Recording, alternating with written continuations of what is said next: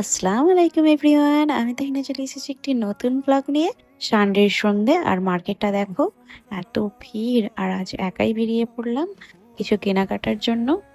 মায়ের শরীরটা আজ একটু খারাপ, তাই মা আর বেরোলো না, বললো যা তোর যা লাগবে তুই নিজেই কিনে নিয়ে আয়। আর 2-4 দিন চলে এসেছি, তাই মার্কেট টার্কেট কম বেশি সবকিছুই জানা হয়ে গিয়েছে। তো আগেই ঢুকিয়ে পড়েছিলাম এই ছোট মতো মল টাইপস এর দোকানটায়। এখানে জামা জুতো বোরখা সবকিছুই একসাথে পেয়ে যাবে তোমরা। এখানে বোরখার কালেকশন গুলোও খুব ভালো ছিল। আর আমি এখান থেকে প্যান্ট নিয়ে নিয়েছিলাম 2-4টে পরার জন্য ক্যাজুয়ালি। খুব একটা দাম ছিল না, একটু খুললে পেয়ে যাবে।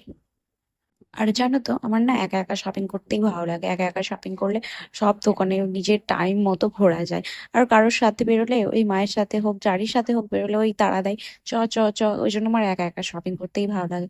এবার মা বলেছি কিছু চুড়ি নিয়ে আসতে মায়ের জন্য, তাই চুড়ির মার্কেট খুঁজতে লাগলাম। আমিও নিয়ে নিয়েছিলাম। চুড়িগুলো সত্যি খুব সুন্দর ছিল, তো বিল করে বেরিয়ে পড়লাম। আর এখানে ব্যাগের কালেকশন দেখো, ব্যাগের কালেকশন গুলো খুব ভালো ছিল। মাত্র 200 টাকায় সুন্দর সুন্দরই ব্যাগ পাওয়া যাচ্ছিল। তবে আজ কোনো ব্যাগ নেবো না, কারণ ব্যাগ আমার অলরেডি অনেকগুলো রয়েছে। পরে দেখা যাবে। এখন তো আমার চোখটা আটকে গেল, এত সুন্দর লাগছে। আমাদের রুমের কাজ এখন চালু আছে, রুমটা কমপ্লিট হয়ে গেলে কাজ আমি এখান থেকে কিছু ছোট ছোট কিউট কিউট মাছ নিয়ে যাবো ভেবেছি।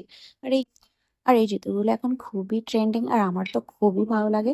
আগের দিন যে মায়ের সাথে এসেছিলাম, এখান থেকেই এই জুতোটা নিয়ে গেছিলাম।